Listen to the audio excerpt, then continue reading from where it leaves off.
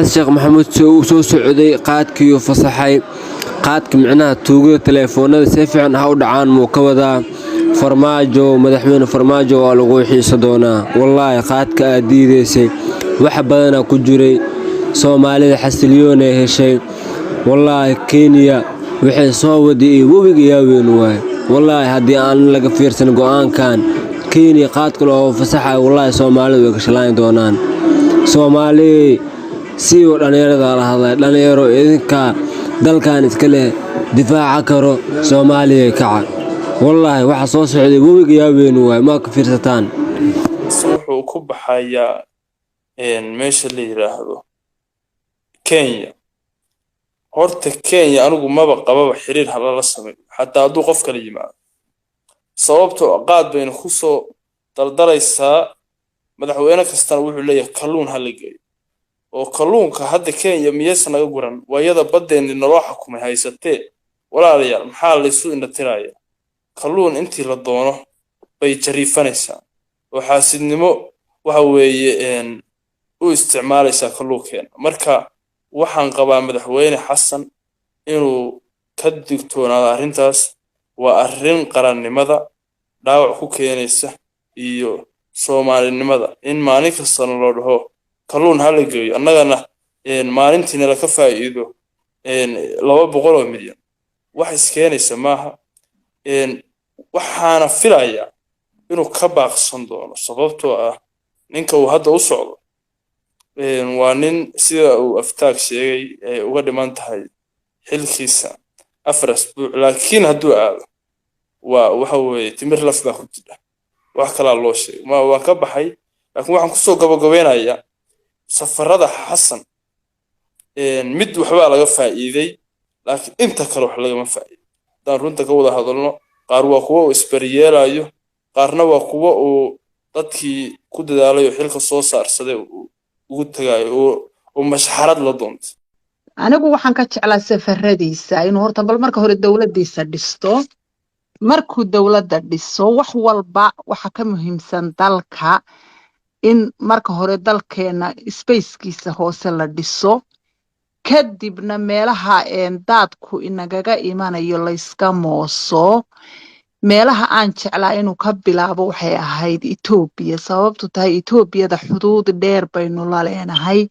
inta maamul goboleeda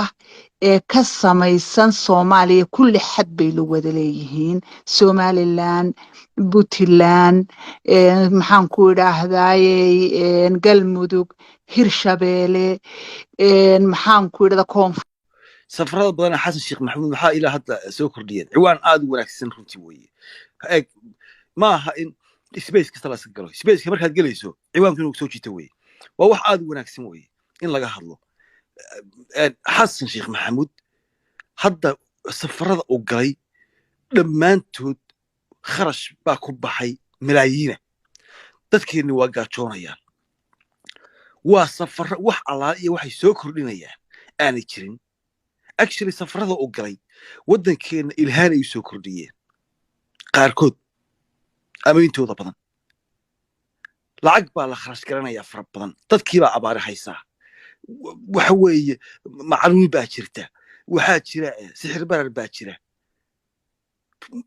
gurihii wasiirada lama soo magacaabin diyaarad buu saa u saanay waa dhaqan u lahaan jiray oo hadda sii laba jibaarmay haddii 40 maalmood gudahood uu 6 safar dibad iyo gudaha galay markaa imisa haray safar 400 safar soo maaha anigu waxaan aaminsanahay runtii in wadankeenu maanta uusan qaadin ilaa xukuumad la soo dhiso xukuumaddu ayadu safar samayso wasiirka arrimaha dibaddu meelaha soo marmaro in madaxweynihii wadanku uu waxa weeye diyaarad u saaraado ma ogtiin kharashaad ku baxa madaxweynaha Mareykanka adduunka ku baxa wadan gaajoonaya oo silcaya oo dadkiisi baahan yihiin oo biyo la'aan yihiin in 40 maalmood gudahood 6 safar uu sameeyo madaxweynihii wadankaasi anigu waxaan u arkaa wax runtii aad looga naxo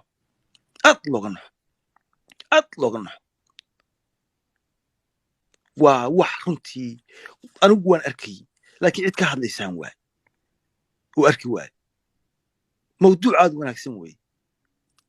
waxaa la sheegayaa 7 cisho soo socota inuu u safrayo dhowr waddan oo kale lacagtan uu ku safrayo kharashaadkan uu burburinayo waxaan xagee uu ka keenayaa miyaana ku wanaagsanayn inuu dadka masaakiinta ah gaajoonayo oo iska daa wax kale filla Soomaaliya qaarkood u jiraan wax ka yar 1 kiiloomitir inuu biyo iyo u siiyo waddanka sixir bararka adduunka annagoo iminka Ameerika joogna baa sixir bararka yaaban inflation ku heerku maray Soomaaliya waa sidoo kale kaba daran ganacsada waxaa joogta man xayaala oo markay maqlaan sixirkiiba iyo gaaskiiba qaali garoobay afar jibaar saaraya waxa weeye maciishadii war anigu waxaan isleeyahay meelahaas kaga haboonayd kharashka waxa weeye uu ninkaasi ku safrayo intaasaan ku soo gabagabeynaya dhex mari karaa labada qof hadda maxay tahay waa dawlad sii dhacaysa iyo dawlad cusub waxa muuqda waxyaabo badan oo faashil ah muuqda ilaa al'aanka maanta waxa weeye 52 days bay maanta tahay haddana 53 ahayn wasiirka koowaad waa magacaaban wasiiradii kale lama soo dhamaystirin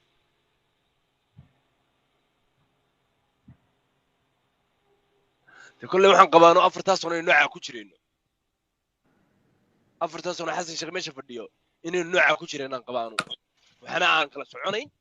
أما هم كده هذا يسوق قبوا وحي على فهنسرين أنا مش دولتي كشرين تهلس كي يعاون دوي عضها يولال اوكي اوكي سفير وقفان وصو بحدي سوما waxaan inii sheegayaa qof walbaaba waxa uu xor yahay afkaartiisa iyo aragtidiisa inuu cabiro qof lagu caburinayo ma jiro laakiin waqtiga bas inoo soo kooba muxaafid ahaw mucaarad ahaw waxa weeye moderate ahaw afkaartaada cid laguma caburinayso laakiin waqtiga inoo soo kooba mayga iniga iskale aniga inigama soo dhexgelayo codkan baan inii qaybinayaa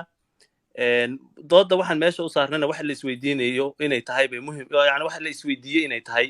ayaanu aragnay oo waxyaabaha shacabka Soomaaliyeed hadayse isweydiinin wax reality-ga wax badan ba dayacmaya marka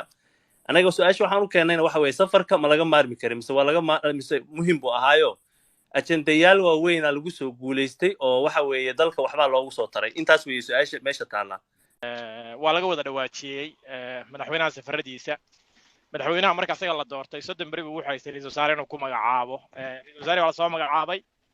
ra'iisul wasaaruna 30 days buu haystaa maaragtay waxa waaye